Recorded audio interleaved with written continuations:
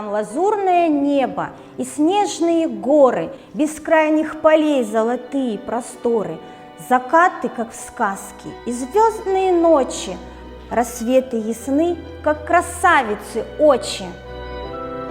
Там вольные ветры и быстрые реки, яркое солнце, широкие степи, манящие тайны святые озера и лоз виноградных витые узоры. Там свято хранятся традиции предков, и люди плохие встречаются редко. Там радость так радость, беда не беда, гостям в каждом доме там рады всегда. Там разные нации в мире живут, там вечные ценности, знания и труд. Самая лучшая ты на земле, Родина, матушка, слава тебе!